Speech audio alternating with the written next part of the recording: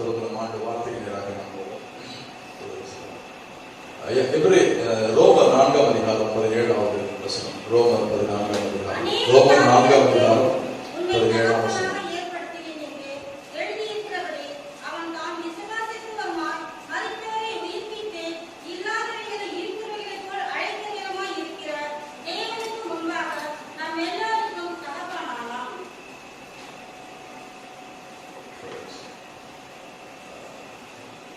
இந்த இடத்துல இந்த 11வது மாதத்திலே நம் ஆண்டோட வார்த்தையை நாம் முன்னிட்டு வாழ்வதற்காக ஒவ்வொரு மாத பிறகு நாளிலே நாம் தேவ சபையில் வந்து ஆண்டோட வார்த்தையை நாம் சிந்திக்கிறோம். இதுல 17வது வசனத்தினுடைய கடைசி பகுதியில் இருக்கிறது போல, இல்லாதவைகளை இருக்கிறவைகள் போல அழைக்கிறவருமாய் இருக்கிற தேவன் அப்படி வாசிக்கிறோம். தேவன் இப்படிப்பட்டவரா? இல்லாதவைகளை இருக்கிறவைகளாக அழைக்கிற தேவன். அல்லேலூயா. இல்லாததை இருக்கிறது போல அழைக்கிறது அப்படின்னா அது பொய் சொல்றது அர்த்தம் அப்படியே கிடையாது. அது நடைபெற போகிறது என்று ஆண்டவர் சொல்கிறார். அல்லேலூயா. காலையில இதை குறித்து சிந்திக்கும் போது இல்லாதவைகளை இருக்கிறது போல அழைக்கிற தேவன், அதனுடைய வார்த்தையில நான் சங்கீதம் 33:9 சொல்கிறது, அவர் சொல்ல ஆகும், அவர் கட்டளையில நிற்கும். இப்போ இல்லாததை அழைக்கிறார் அப்படின்னு சொன்னா, நீங்க ஆதியாகம புஸ்தகத்துல ஆண்டவருடைய படைப்பை நீங்க பார்க்கும்போது வெளிச்சம் உண்டாக கடவுது அப்படி சொல்லும் போது இல்ல, அவருக்கு அதுக்கு முன்னாடி வெளிச்சம் இல்லை. ஆண்டவர் வெளிச்சம் உண்டாக கடவுது அப்படின்னும் போது வெளிச்சம் உண்டாயிடுச்சு. அப்போ அவர் இல்லாததை அழைக்கிறார் என்று சொன்னார், அவர் இல்லாததை உருவாக்குகிறார் என்று அர்த்தம். அல்லேலூயா. மனுஷன் இன்னைக்கு ஒன்று உருவாக்கணும்னா அவனுக்கு ஏதோ ஒன்று தேவைப்படுகிறது. இருக்கிறதான ஒரு பில்டிங் கட்டணும்னா அந்த பில்டிங் தேவை உபகரணங்கள் தேவை. அதெல்லாம் இருந்தால் தான் அதை கட்ட முடியும். அது இல்லைன்னா அவன் கட்ட முடியாது. ஆண்டவரை பொறுத்த வரைக்கும் அவர் உருவாக்குவதற்கு ஏதோ ஒன்று அவருக்கு தேவையில்லை. அவருக்குள்ளாகவே அவரிலே எல்லாமே இருக்கிறது. அல்லேலூயா. நம்ம பார்க்கும்போது 17ஆம் வசனத்துல ரோமர் 4:17 அநேகம் ஜாதிகளுக்கு உன்னை தகப்பனாக ஏற்படுத்தினேன் என்று எழுதியிருக்கிறபடி. அப்போ இந்த சம்பவங்கள் நடப்பதற்கு முன்பாக ஆதியாகமம் 17ஆம் அதிகாரத்தை நம்ம வாசிக்கிறோம். அதற்கு முன்பாகவே ஆண்டவர் ஆபிரகாமுக்கு விதமாக சொன்னார், உன் சந்ததியை வானத்து நட்சத்திரங்களை போல பெருகப்படுவேன், கடற்கரை மணலை போல பெருகப்படுவேன். ஒருவன் வானத்து நட்சத்திரங்களை எண்ண கூடுமானால் உன் சந்ததியை எண்ண முடியும். ஏற்கனவே ஆண்டவர் சொல்லி இருந்தார். ஆண்டவர் சொன்னதை அவர் நிறைவேற்றுகிற தேவன். இங்க 18ஆம் வசனத்தை நாம் வாசிக்கும் பொழுது, தான் அநேகம் ஜாதிகளுக்கு தகப்பனாவதை, ரோமர் 4:18 வாசிக்கும் பொழுது, தான் அநேகம் ஜாதிகளுக்கு தகப்பனாவதை நம்புவதற்கு ஏதும் இல்லாதிருக்கும். அப்போ இன்னைக்கு இந்த உலகம் என்பது seeks some sources. ஒருவனை ஞானியாய், அவன் பைத்தியக்காரனா இருக்கிறான், அவனை ஞானியா மாத்தணும்னா அது முடியாதுங்க. அவன் கடஞ்செடுத்த முட்டாள் அப்படிதான் உலகம் சொல்லும். There is no source to become a wise. அவன் ஒரு ஞானியாய் மாறுவதற்கு சோர்ஸே இல்லை. அப்போ உலகம் ஒருவனை ஞானியாய் மாற்றுவதற்கு ஏது இல்லை. இங்க பார்க்கும்போது இங்க சொல்றாரு, கர்ப்பம் தரிப்பதற்கு சாராருடைய கர்ப்பம் ஏதுவாக இல்லை, செத்து போயிற்று. ஆபிரகாமுடைய சரீரம் செத்து போயிற்று. இப்ப நிறைய செத்து போன விஷயங்கள், ஏதுமில்லாத விஷயங்கள் நிறைய இருக்கும். ஆனா ஆண்டவருக்கு செய்வதற்கு ஏதோ ஒன்று தேவையில்லை. அவர் ஒருவரே போதுமானவராக இருக்கிறார். அப்ப இங்க வாசிக்கும் பொழுது, அநேகம் ஜாதிகளுக்கு தகப்பனாவதை நம்புவதற்கு உட்கார்ந்து நீங்க இதெல்லாம் நடக்குமா ஆண்டவரே? எப்படி நடக்கும்? யாரை கொண்டு செய்வீங்க? என்னைக்கு செய்வீங்க? இதெல்லாம் சாத்தியம் தானா? இதெல்லாம் இந்த மனுஷன் மூலையில போய் அலக்கழிச்சுட்டே இருக்கும். ஆனா அவர் என்னைக்குமே மாறாதவராக இருக்கிறார். அல்லேலூயா. அவர் இல்லாதவைகளை இருக்கிறது போல அழைக்கிறார். காலையில பார்த்த சில விஷயங்கள் நான் ஒரு முன்னோட்டமாக சொல்லிட்டு ரிவ்யூ பண்ணி திரும்ப நம்ம தொடர்ச்சியாக நம்ம சிந்திக்கலாம். 1 கொரிந்தியர் 2ஆம் அதிகாரம் 9ஆம் வசனத்தை வாசி. எழுதியிருக்கிறபடி தேவன் தம்மில் அன்பு கூறுகிறவர்களுக்கு ஆயத்தம் பண்ணினவைகளை கண் காணவும் இல்லை, காது கேட்கவும் இல்லை, அவைகள் மனுஷனுடைய இருதயத்தில் தோன்றவும் இல்லை. நமக்கோ தேவன் அவைகளை தமது ஆவியினாலே வெளிப்படுத்தினார்.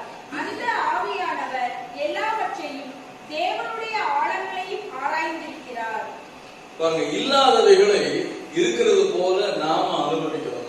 அவர் பாட்டுல, ஆண்டவர் பகுதியில அவர் கொஞ்சமும் மாறாதவர். அல்லேலூயா. அவர் என்னைக்கும் அவர் உருவாக்குகிறவராக, இல்லாததை இருக்கிறது போல அவர் அழைக்கும் போது, அவர் சொல்லும் போது அந்த காரியங்கள் உருவேற்படுகிறது. நம்ம வாழ்க்கையில நம்ம அதை விசுவாசிப்போம். நிச்சயமா எதெல்லாம் இல்லை அப்படின்னு இருக்கிறதோ அதையெல்லாம் அவருடைய வார்த்தை, அவருடைய பிரசன்னம், அவருடைய சமூகம், அவருடைய திட்டமிடுதல் நிச்சயமா அப்படியே நம்முடைய வாழ்க்கையில நிறைவேறப்படும். நாம என்ன செய்யணும் அப்படிங்கிறத பார்க்கும்போது, எழுதியிருக்கிறபடி தமிழ் அன்பு கூறுகிறவர்களுக்கு ஆயத்தம் பண்ணினதை கண் காணல, காதல கேட்கல, மனுஷனுடைய இதயத்துல தோன்ற பண்ணல. அப்போ யாரெல்லாம் அன்பு செலுத்துகிறவர்களாக இருக்கிறார்கள், ஆண்டவர்கிட்ட அன்பு செலுத்துகிற ஒவ்வொருத்தருடைய வாழ்க்கையிலையும் அவர் உருவாக்குகிற கர்த்தராக இருக்கிறார். அவர் இல்லாதவைகளை இருக்கிறது போல மாற்றுகிறார் சொல்லுவார். இரண்டாவது விஷயம் என்னன்னா, பரிசுத்த ஆவியானவரோடு இணைந்து வாழ்கிறவர்களுக்கு தொடர்ந்து பார்த்தீங்கன்னா 11ஆம் வசனத்துல, மனுஷனில் உள்ள ஆவியே அன்றி மனுஷனில் எவன் மனுஷனுக்குரியவைகளை அறிவான், அப்படி போல தேவனுடைய ஆவியே அன்றி ஒருவனும் தேவனுக்குரியவைகளை அறிய மாட்டான். நாங்களோ உலகத்தின் ஆவியை பெறாமல் தேவனால் எங்களுக்கு அருளப்பட்டவைகளை அறியும்படி தேவனிடத்திலிருந்து புறப்படுகிற ஆவியை பெற்றோம். அல்லேலூயா. யாரெல்லாம் தேவ ஆவியை பெற்றிருக்கிறார்களோ, அந்த உலகத்துல மனுஷ ஆவியை பெறும்போது அது சந்தேகப்படும், முறுமுறுக்கும், இல்லாத கேள்விகளை கேட்டுட்டு இருக்காங்க. தேவ ஆவியை பெற்ற ஒரு மனுஷனாக தேவ ஆவியின் அனுபவம், தேவ ஆவியின் நிறைவுக்குள்ள இருக்கும் பொழுது இல்லாதவைகளை இருக்கிறது போல மாற்றுகிற தேவன். அல்லேலூயா. ஒரு சம்பவத்தை நான் நினைவுகொள்ள விரும்புகிறேன். ஆதியாகமத்தின் புத்தகத்தை வாசிக்கும் பொழுது, எகிப்தில ஒரு பெரிய பஞ்சம் வரப்போகிறதை பார்வோன் சொப்பனமாக பார்க்கிறார். அப்ப அவங்க ஒரு செழிப்பான வருஷங்கள் அப்ப இல்லை, ஒரு பஞ்சம் தான் அங்க இருக்கிறது. அங்க இல்லாத ஒரு செழிப்பான வருஷத்தை இருக்கிறதாக மாற்றுவதற்கு யார் தேவைப்பட்டார்? தேவ ஆவியை பெற்ற ஒரு யோசேப்பு. அப்படின்னு நான் சொல்லுவேன், யோசேப்பு மட்டும் இல்ல, தேவ ஆவியை பெற்ற ஒரு யோசேப்பு அங்க தேவைப்பட்டார். தேவ ஆவியை பெற்ற யோசேப்பு இருந்ததுனாலதான் இல்லாத செழிப்பின் ஆண்டுகளை தேவன் அங்கே அனுபவிக்க செய்தார். அல்லேலூயா. நீங்க வாழ்க்கையில இல்லாத, அதாவது தேவன் உருவாக்குகிற தேவனாக இருக்க வேண்டுமானால் அவருடைய திட்டமிடுதல் நம்ம வாழ்க்கை நிறைவேறுவதற்கு நாம் பரிசுத்த ஆவியோடு இணைந்து வாழ வேண்டியது அவசியமா இருக்கிறது என்பதை நம்ம காலையில் சிந்திச்சோம். தொடர்ச்சியாக 13ஆம் வசனத்தை 14, 15 வசனங்களை 16 வரைக்கும் வாசிக்கிறேன். மனுஷ ஞானம் போதிக்கிற வார்த்தைகளாலே பேசாமல் பரிசுத்த ஆவி போதிக்கிற வார்த்தைகளாலே பேசி ஆவிக்குரியவைகளை ஆவிக்குரியவர்களோடு சம்பந்தப்படுத்தி காண்பிக்கிறோம். ஜென்ம சுவாபமான மனுஷனோ தேவனுடைய ஆவிக்குரியவைகளை ஏற்றுக்கொள்ளான். அவைகள் அவனுக்கு பைத்தியமாக தோன்றும். அவைகள் ஆவிக்கேற்ற பிரகாரமாய் ஆராய்ந்து நிதானிக்கப்படுகிறவைகள் ஆதலால் அவைகளை அறியவும் மாட்டான். ஆவிக்குரியவன் எல்லாவற்றையும் ஆராய்ந்து நிதானிக்கிறான். ஆனாலும் அவன் மற்றவனாலும் ஆராய்ந்து நிதானிக்கப்படான். கர்த்தருக்கு போதிக்கத்தக்கதாக அவருடைய சிந்தையை அறிந்தவன் யார்? எங்களுக்கோ கிறிஸ்துவின் சிந்தை உண்டாய் இருக்கிறது. ஹல்லேலூயா. ஹல்லேலூயா. 16ஆம் வசனத்துல கர்த்தருக்கு போதிக்கத்தக்கதாக அவருடைய சிந்தையை அறிந்தவன் யார் அப்படின்னு போட்டு. மூன்றாவது நம்ம பார்க்க போற விஷயம் என்னன்னா, இல்லாதவைகளை இருக்கிறவைகளாக நாம் அனுபவிப்பதற்கு நாம் எப்படி இருக்கிறோம்னா, 14ஆம் வசனத்தை வாசிக்கிறோம். ஜென்ம சுபாவமான மனுஷனோ தேவனுடைய ஆவிக்குரியவைகளை ஏற்றுக்கொள்ளார். அவைகள் அவனுக்கு பைத்தியமாக தோன்றும். அவைகள் ஆவிக்கேற்ற பிரகாரமாய் ஆராய்ந்து நிதானிக்கப்படுகிறவைகளா ஆனதால் அவைகளை அறிய மாட்டான். ஆவிக்குரியவன் எல்லாவற்றையும் ஆராய்ந்து நிதானிக்கிறான். அல்லேலூயா. இங்க வார்த்தை ஜென்ம சுபாவம் உள்ள மனுஷனால ஆண்டவருடைய இந்த வார்த்தைகளை என்ன பண்ண முடியாது, ஏற்றுக்கொள்ள முடியாது. ஜென்ம சுபாவம் உள்ள மனுஷன் 99 வயசுல ஆபிரகாமுடைய ஸ்டேட்மெண்ட் படி பார்க்கும்போது சரீரம் செத்த ஆபிரகாம், சரீரம் செத்த சாரா. அப்போ உனக்கு பிள்ளை பிறக்கும் அப்படின்னு சொல்லும் போது என்னதான் வரும் அவனுக்கு? என்னங்க இதுங்க, இதை போய் நீங்க சொல்றீங்க, வேற ஏதாச்சும் சமாதானப்படுத்தலாம் சொல்லாதீங்க, நாங்க எதாவது விரும்பவே கொடுங்க, வேற ஒண்ணு சொல்லுங்க. ஏன்னா அவ ஜென்ம சுபாவம் உள்ள மனுஷன் அவன் எப்படிதான் பாக்குறான், எல்லாம் அந்த மூளையை வச்சுதான் பாக்குறான், மூளையை வச்சுதான் பாக்குறான். ஜென்ம சுபாவம் உள்ள மனுஷன். இன்னைக்கு ஆண்டவர் உங்களுடைய தனிப்பட்ட வாழ்க்கையில, குடும்பத்துல, சரீரத்துல, ஊழியத்துல அவர் இல்லாததை இருக்கிறது போல மாற்றணும் அப்படின்னா நமக்குள்ள ஆவிக்குரிய சிந்தை நமக்கு அவசியமாக இருக்கிறது. ஹல்லேலூயா. மனுஷிகமாகவே இந்த மூலையை போல உடைஞ்சிட்டு இருக்கோம்னா இந்த வார்த்தை இந்த வாழ்க்கையில நிறைவேறாது. நாம ஆண்டவருக்கு நேர ஆண்டவர் விரும்புகிறபடி மாறும். இதை நம்ம அப்படியே ஆதியாகமத்தின் புத்தகம் 17ஆம் அதிகாரத்தோடு நம்ம இணைத்து நாம் பார்க்க போகிறோம். ஆதியாகமத்தின் புத்தகம் 17ஆம் அதிகாரம் முதல் 2 வசனங்களை வாசிக்கிறோம்.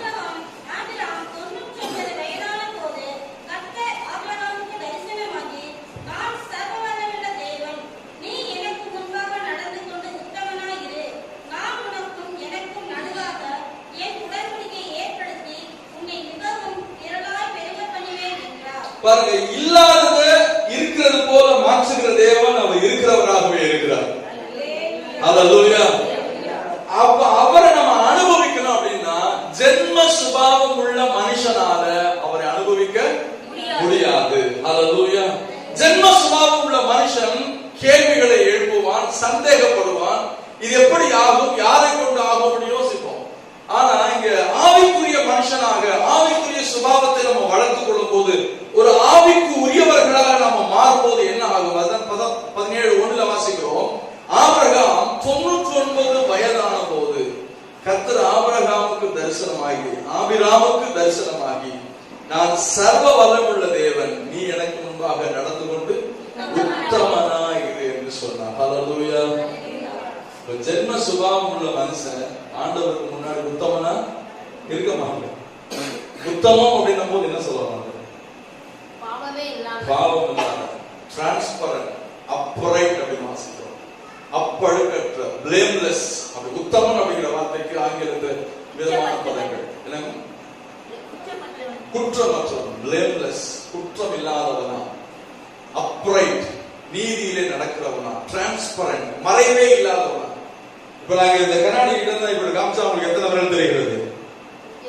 இல்ல நான் தெரியுது இல்ல. இப்போ நான் இந்த என்ன தெரியுது உங்களுக்கு? தெரியல. ஆனா நான் காமிச்சிட்டு இருக்கேன். So it is not transparent இல்லையா? இப்ப இங்க இந்த கட்டை வந்து மறைச்சிக்குது. அப்போ நமக்கும் ஆண்டவருக்கு இடையில ஒரு மறைவே இருக்கக்கூடாது. ஆண்டவரே, நீங்க என் லைஃப்ல இதுவரைக்கும் வாங்க ஆண்டவரே, இதுக்கு மேல நீங்க வராதுங்க, நான் பார்த்துக்கிறேன். இல்ல இங்க இருந்து பார்த்தா அங்க தெரிந்தது போல நாமும் ஆண்டவருக்கும் நமக்கு இடையில எந்த விதமான மறைவுமே இல்லாத ஒரு வாழ்க்கை. கரங்களை உயர்த்தி சொல்லலாமா? ஹல்லேலூயா.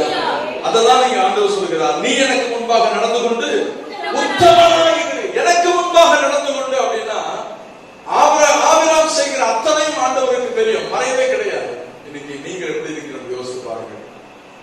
இப்படி சொல்லுவாங்க எப்படின்னா, அந்த கடற்கரை ஓரத்தில் இருக்கிறதான மீனவர்கள் அவங்க குறையாத பிடித்து கொண்டிருக்காங்க சொல்லுவாங்க. சிலுவை டாலரை வந்து ஃப்ரண்ட்ல போட்டுருவாங்க. தண்ணி அடிக்க மாட்டோமா, கொஞ்சம் பின்னாடி போயிடுங்க. சிலுவையில் இருக்க இயேசு தூக்கி போட்டுருவாங்க, முதுகுக்கு பின்னாடி போட்டுட்டு தண்ணி அடிச்சுட்டு சேச வந்துருங்க. இப்ப சேசு பின்னாடி போனா தெரியாதா? சேசுக்கு தெரியுமா தெரியாதா? வீட்டுல புருஷனை கொண்டாட்ட அடிச்சு பதறிட்டு இருக்காங்க. பிரைஸ் தி லார்ட் அப்படின்னு ஒரு பாஸ்டர் உள்ள வரும். என்ன ஆகும்?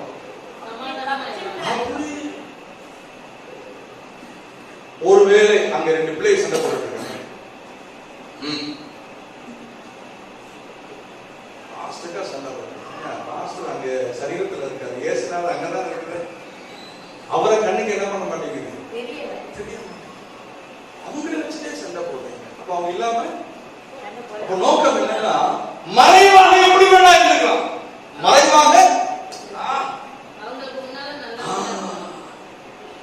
இது விளங்காது. அப்ப மன்னித்து கொடுங்கள். அதாவது ஆண்டவருடைய கிரியை என்ன பண்ண முடியாது, பார்க்க முடியாது. ஆண்டவர் இங்கே சொல்லுகிறார், எனக்கு முன்பாக நடந்து கொண்டு உத்தமனாய், be upright before me. எனக்கு முன்பாக அப்படின்னா ஆண்டவர். இப்ப பாருங்க, சிசிடிவி வந்ததுனால எந்த ஃப்ராடுமே பண்ண முடியும். கடையில சொல்றேன், ஒரு கடையில ஒரு சிசிடிவி இருக்கு அப்படின்னு சொன்னா, அதனுடைய அலுவலர்கள் அங்க இருக்கிறாங்கன்னா ஓனர் வந்து வீட்டுல இருந்து என்ன பண்ணலாம், பார்த்துக்கலாம். இப்ப அப்படிலாம் ஒரு சிஸ்டம் வந்ததுனால இப்ப இதே அந்த சிசிடிவி இல்லைன்னு வச்சீங்களா எப்படி இருக்கும்? வரும்போது மட்டும் அந்த ஓனர் வண்டி சத்தம் கேட்குது, இவ்வளவு சீரியஸா இருக்கிறோம்.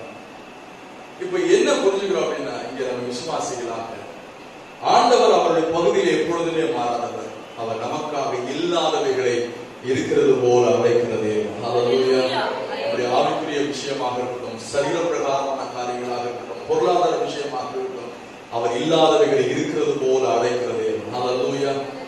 எவீருடைய மகள் செத்து போய்விட்டார். எவீர் இயேசு பாதத்தில் வந்து விழுந்து அவன் அழுகிறான். நீங்க வீட்டுக்கு வரணும், சாகிறதுக்கு முன்னாடி வந்து அழுகிறான். அப்ப இயேசு அவன் வீட்டுக்கு கூட்டு போகும்போது வீட்டுல ஆளுன்னு சொல்றாங்க, போதகரை வருத்தப்படுத்த வேண்டாம், மகள் இறந்து போய்விட்டார். இறந்து போனது உண்மைதான். ஆனா ஆண்டவர் சொல்லுகிறார், இல்லாததை இருக்கிறதாக அழைக்கிறதே. ஹல்லேலூயா.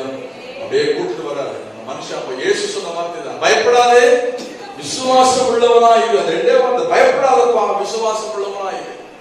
ஆண்டவர் வந்து அங்க அடக்காராதனை நடத்துவதற்காக அவன் கூட போகணும். அவர் சீஷர்களை கூட்டு போன நோக்கம் அடக்காராதனையில 2-3 பாட்டை கூட சேர்ந்து பாடுறதுக்காக அல்ல. அங்க போன நோக்கம் என்னன்னா, இல்லாததை இருக்கிறதாக காண்பிப்பதற்காக தான். ஹல்லேலூயா. அந்த இடத்துல எவீருடைய லைஃப், அவனுடைய வாழ்க்கை ஒரு நெருக்கடியான ஒரு வாழ்க்கை பாருங்க. இயேசு சொன்னார், நீ விசுவாசம் உள்ளவனாயிரு, பயப்படாத. நீ உட்கார்ந்து நீங்க எதை குறித்தாக பயந்து கொண்டிருப்பீங்க சொன்னால் அது ஜென்ம சுபாவத்தை காண்பிக்கிறது. பயப்படாத ஒரு அனுபவம் ஆவிக்குரிய சுபாவத்தை காண்பிக்கிறது. ஹல்லேலூயா. சந்தேகப்படுகிறது ஜென்ம சுபாவத்தை காண்பிக்கிறது. சொல்லும் அடியேன் கேட்கிறேன், இந்த வார்த்தையின்படி எனக்கு ஆக கடவுள் என்று சொல்லுவது அது ஆவிக்குரிய தன்மையை காண்பிக்கிறது. ஹல்லேலூயா. போன நடந்தவங்கெல்லாம் தெரிஞ்ச சம்பவம் தான். அதை நான் ஒரு கோடியில மட்டும் நான் விரும்புகிறேன். உன் பிள்ளை மறிக்கவில்லை, என்னவா இருக்கிறான் சொல்லுங்க, திரும்ப சொல்லுங்க. ஹல்லேலூயா. இல்லாத ஒன்று இயேசு சொன்னார். அந்த இயேசு இன்றைக்கும் ஜீவிக்கிறவராகவே இருக்கிறார். ஹல்லேலூயா. அப்ப நம்ம கவனிக்க வேண்டிய விஷயம், இங்க ஆபிரகாமுடைய வாழ்க்கையில ஆண்டவர் சொன்னார், நீ எனக்கு முன்பாக நடந்து கொண்டு உத்தமனாயிரு. காலை வேளையில உங்களுக்கும் ஆண்டவருக்கும் இடையில எந்த திரை சீலையும் இருக்கக்கூடாது. ஹல்லேலூயா. உங்களுக்கும் ஆண்டவருக்குமாக எந்த ஒரு மறைவும் இருக்கக்கூடாது. அவருக்கு முன்பாக எல்லாம் வெளியரங்கமாக இருக்கிறது. அவருக்கு முன்பாக எல்லாம் நிர்வாணமா இருக்கு. அவருக்கு மறைவானது ஒன்றுமே இல்லை. அவருடைய கிறிஸ்தவ வாழ்க்கை என்பது ஒரு மறைக்கப்பட்ட, எங்க மறைவிடம் வருது அங்கே பாவம் வந்தது. இல்லாண்டவரை நான் உமக்கு முன்பாக நடக்கிறவனாக இருக்கிறேன். உமக்கு முன்பாகங்கிறது என்னதுன்னா அந்த உத்தமத்தை காண்பிக்கிறது. எதை காண்பிக்கிறது? அந்த உத்தமத்தை காண்பிக்கிறது. இந்த காலங்களில் அமிதமான ஒரு ஆவிக்குரிய நிலையில் இருக்கும் பொழுது தேவன் இந்த வாழ்க்கையில் இல்லாதவர்களை இருக்கிறது போல அழைக்கிறது. அடுத்து பாத்தீங்கன்னா ஆண்டவர் இந்த ஆவிக்குரிய விஷயத்தை சொல்லும் போது சொல்லுகிறார். நம்ம அந்த ரெண்டு வேத பகுதி நம்ம இணைத்து நம்ம பார்க்கணும். 1 கொரிந்தியர் 2ஆம் அதிகாரத்தையும் ஆதியாகமம் 17ஆம் அதிகாரத்தை இணைத்து பார்க்கிறோம். நீங்க பாத்தீங்கன்னா 14ஆம் வசனத்தை திரும்ப வாசிக்கலாம். 1 கொரிந்தியர்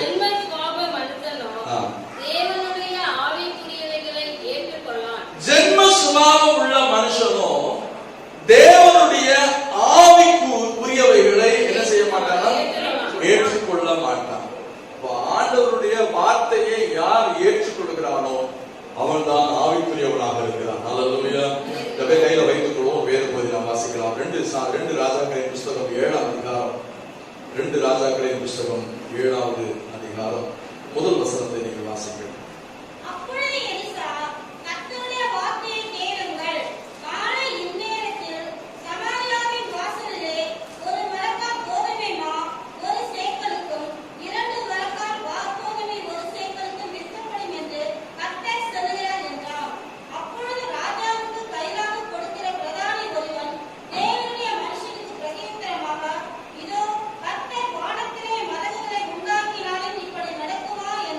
பாருங்க, ஆண்டவருடைய வார்த்தை வருகிறது. நாளைய இந்நேரத்திலே சமாரியாவின் வாசலில் கொடுமையான பஞ்சம், பிள்ளையை சமைத்து சாப்பிடுகிற அளவுக்கு கொடுமையான பஞ்சம். கர்த்தருடைய வார்த்தை வருகிறது. நாளைக்கு இந்நேரத்திலே சமாரியாவின் வாசலிலே கோதுமையும் விற்கப்படும்.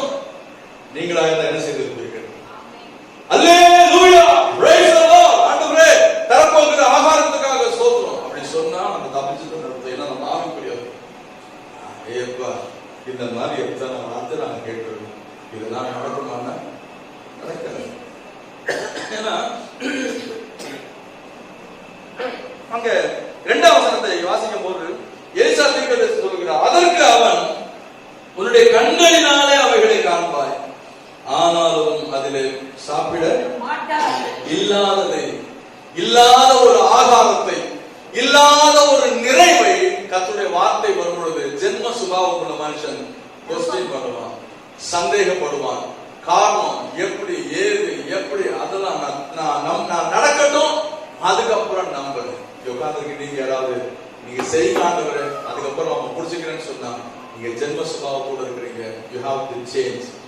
ஜென்ம சுபாவத்திலிருந்து ஆவிக்குரியவனா வரணும். ஆவிக்குரியவனா வர்றது என்னன்னா, இந்த வார்த்தையை நான் ஏற்றுக்கொள்கிறேன், இந்த வார்த்தையின்படி எனக்கு ஆக கடவட்டும் என்று சொன்னீங்கன்னா நீங்க ஆவிக்குரியவர்களாக இருப்பீங்க. ஹல்லேலூயா.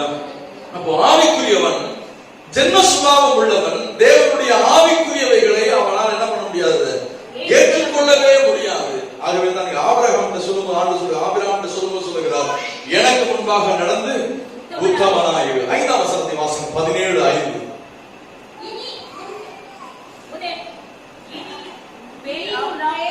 ஆபிரகாம் எனப்படாமல் நான் உன்னை திரளான ஜாதிகளுக்கு தகப்பனாக ஏற்படுத்தினபடியால் உன் பேர் ஆபிரகாம் எனப்படும். இவருங்க ஆபிராம் என்றும் அந்த பேர் என்னவா மாறிச்சான், ஆபிரகாம் என்று மாறிச்சான். ஆபிராம் என்று சொன்னால் உயர்வான தகப்பன்.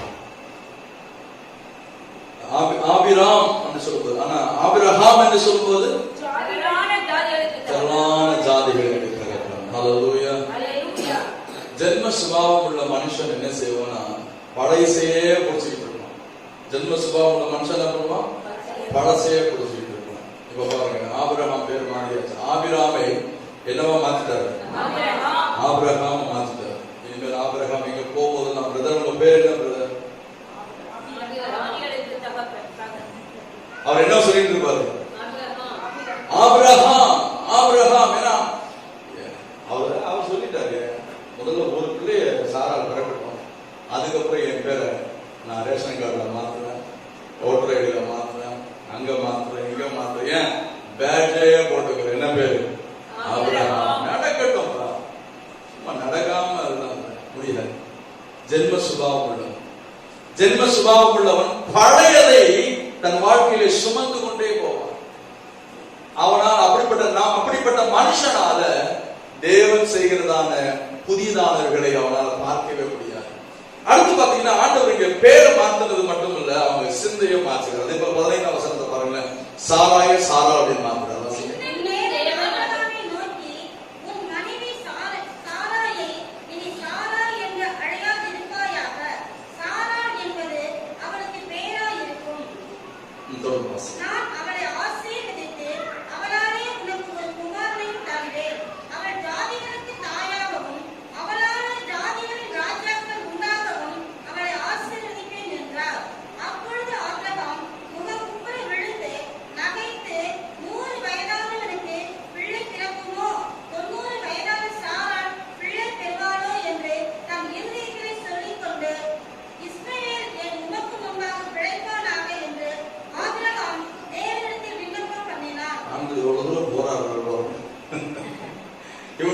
இவ்வளவு தூரம் ப்ரூஃப் எல்லாம் கொடுத்தாலும் சரி நினைக்கிறாங்க, ஆபிரகாம் நான் பெற்று போட்டுருக்கேன்.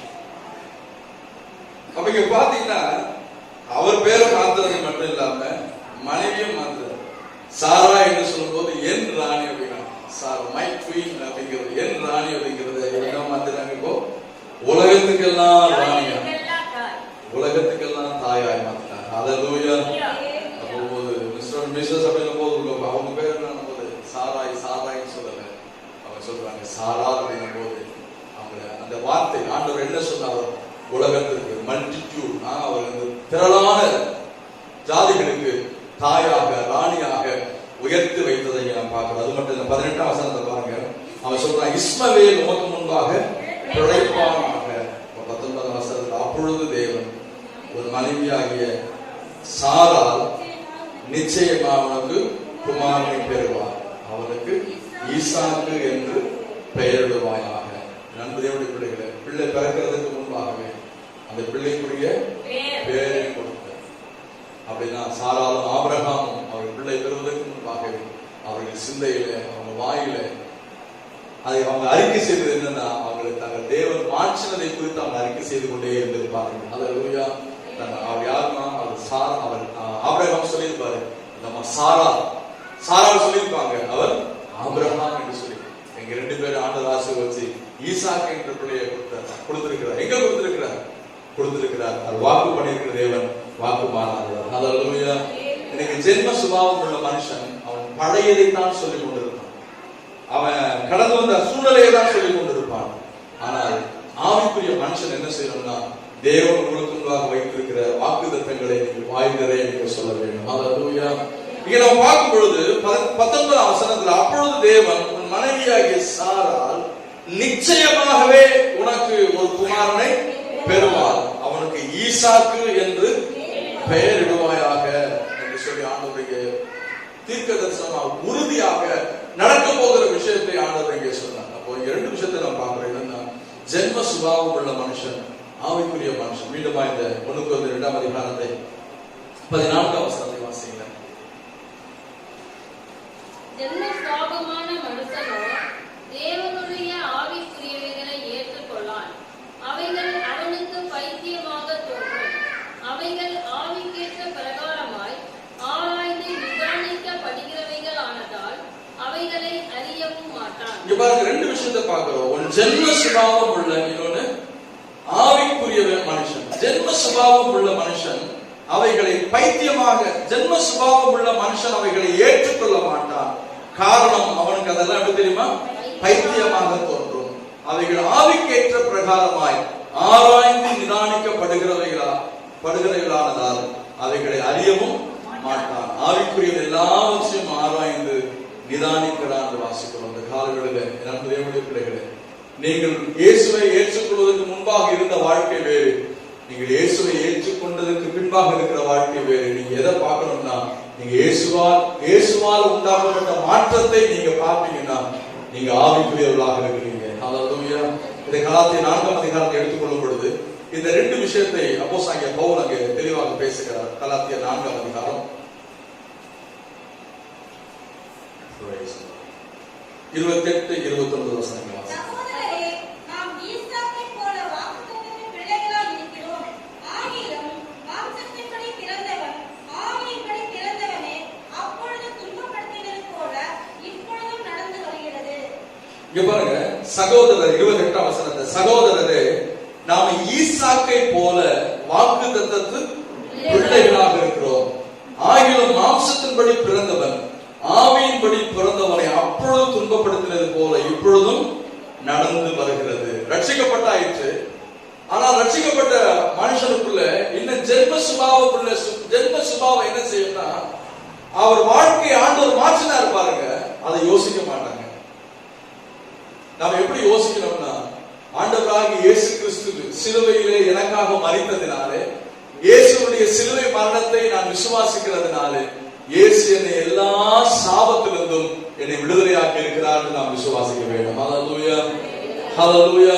மரத்திலே தூக்கப்பட்ட எவனும் சபிக்கப்பட்டவன் என்று எழுதியிருக்கிறபடி, இயேசு எனக்காக சாபமானதினாலே எல்லா நியாயப்பிரமாணத்தின் சாபத்திலிருந்தும் இயேசு என்னை விடுதலையாக்கி இருக்கிறார். ஹல்லேலூயா. அப்போ பழைய மனுஷன், மாம்ச மனுஷன், அவனுடைய லைஃப் வேற, ஆவிக்குரிய மனுஷன் அவனுடைய லைஃப் வேற. இப்ப நம்ம ஆண்டவர் எங்க உட்கார வச்சிருக்கிறார்னா, உன்னதங்களிலே இயேசுவோடு கூட நம்ம உட்கார வைத்திருக்கிறார். எபேசியர் 2ஆம் அதிகாரம் 8ஆம் வசனத்தை வாசிங்க. எபேசியர் 2ஆம் அதிகாரம் 8ஆம் வசனத்தை, 7ஆம் வசனம் வாசிங்க. கிறிஸ்து இயேசுவுக்குள் நம்மை அவரோடு கூட எழுப்பி உன்னதங்களிலே அவரோடு கூட உட்காரவும் செய்தார்.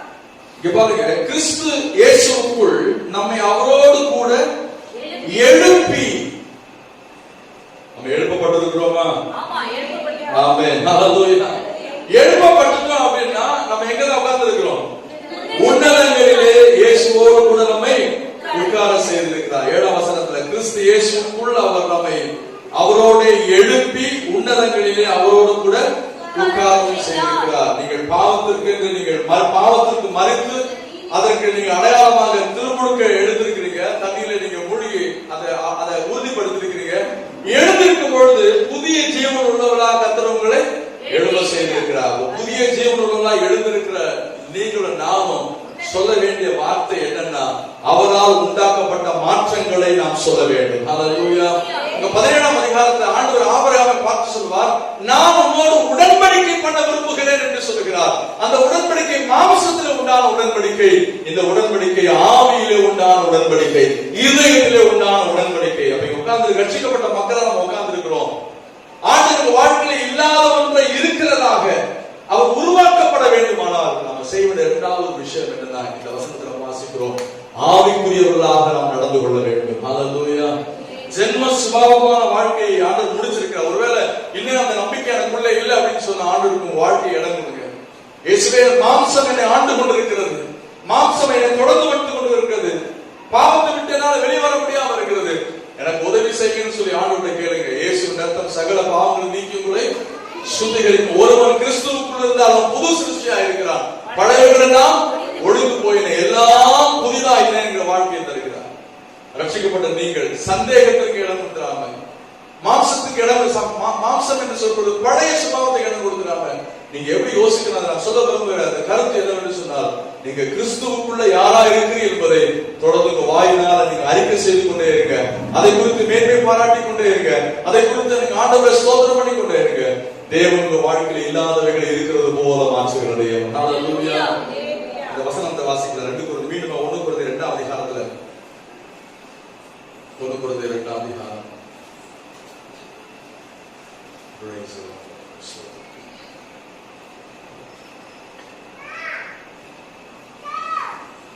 16ஆம் வசனம் வாசிக்கிறேன். கர்த்தருக்கு போதிக்கத்தக்கதாக அவருடைய சிந்தையை அறிந்தவன் யார்? எங்களுக்கோ கிறிஸ்துவின் சிந்தை உண்டாயிருக்கிறது. இந்த 9ஆம் வசனத்திலிருந்து 16ஆம் வசனம் வரைக்கும் நம்ம பார்க்கிறோம். இல்லாதது இருக்கிறது போல தேவன் அழைக்கிறவர். அது எப்படி நடக்கும் பார்க்கிறோம். அவரிடத்துல அன்பு கூறும் பொழுது, பரிசுத்த ஆவியின் ஆளுகையிலே நாம் இருக்கும் பொழுது, ஜென்ம சுபாவம் இல்லாதவர்களாக இருக்கும் பொழுது, ஆவிக்குரியவர்களாக நாம் இருக்கும் பொழுது, கடைசி அங்க போட்டிருக்கு, கர்த்தருக்கு போதிக்கத்தக்கதாக அவருடைய சிந்தையை அறிந்தவர். எங்களுக்கோ கிறிஸ்துவின் சிந்தை உண்டாகிறது. நாம் கிறிஸ்துவின் சிந்தையை உடையவர்களாக இருக்கும் பொழுது இல்லாதவைகளை இருக்கிறது போல மாற்றுகிறது. ஹல்லேலூயா. ஹல்லேலூயா. கிறிஸ்துவின் சிந்தை என்பது பிதாவுக்கு ஏற்ற சிந்தை. அப்போ இந்த ஆராதனை வேளை வந்து ஆண்டு வார்த்தையை கேட்டிருக்கிற நீங்க, உங்க சிந்தை கிறிஸ்துவின் சிந்தைக்கு நேராக மாற வேண்டும். பிலிப்பியர் 4ஆம் அதிகாரம், பிலிப்பியர் 2ஆம் அதிகாரம் 4ஆம் வசனத்தை வாசிங்க. பிலிப்பியர் 2ஆம் அதிகாரம் 4ஆம் வசனம். அவனவன் தனக்கானவைகளை அல்ல பிறனுக்கானவைகளை நோக்குவானாக. இயேசு கிறிஸ்து சிந்தையே உங்களிலும் இருக்க கடவுது.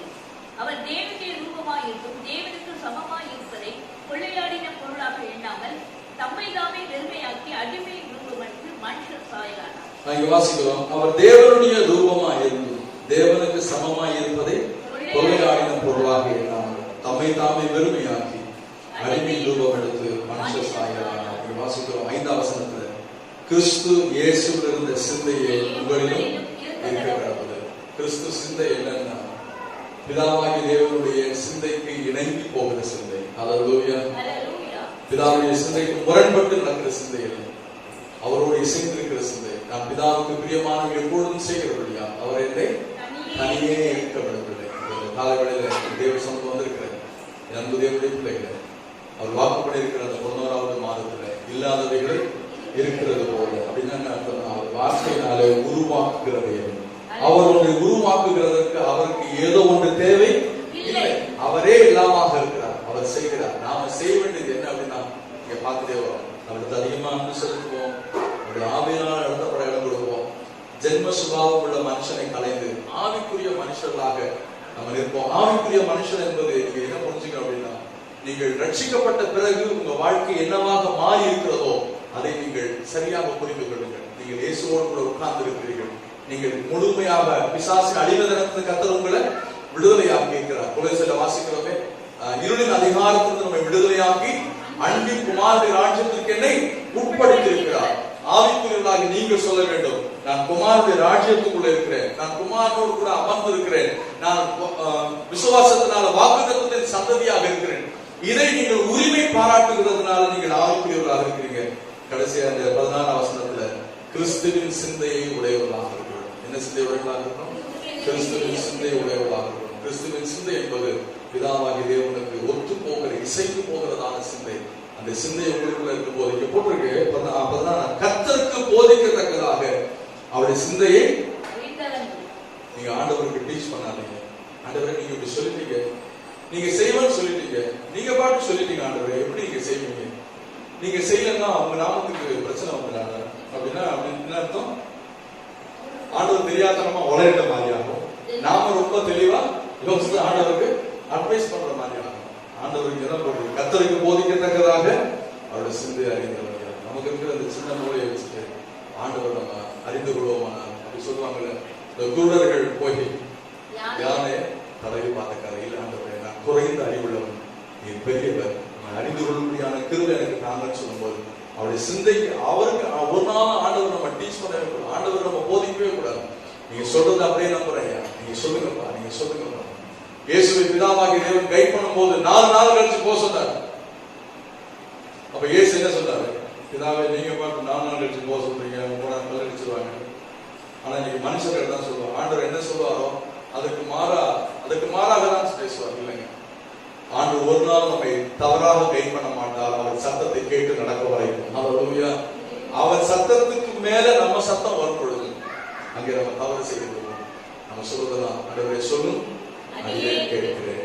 Don't be a teachers of God.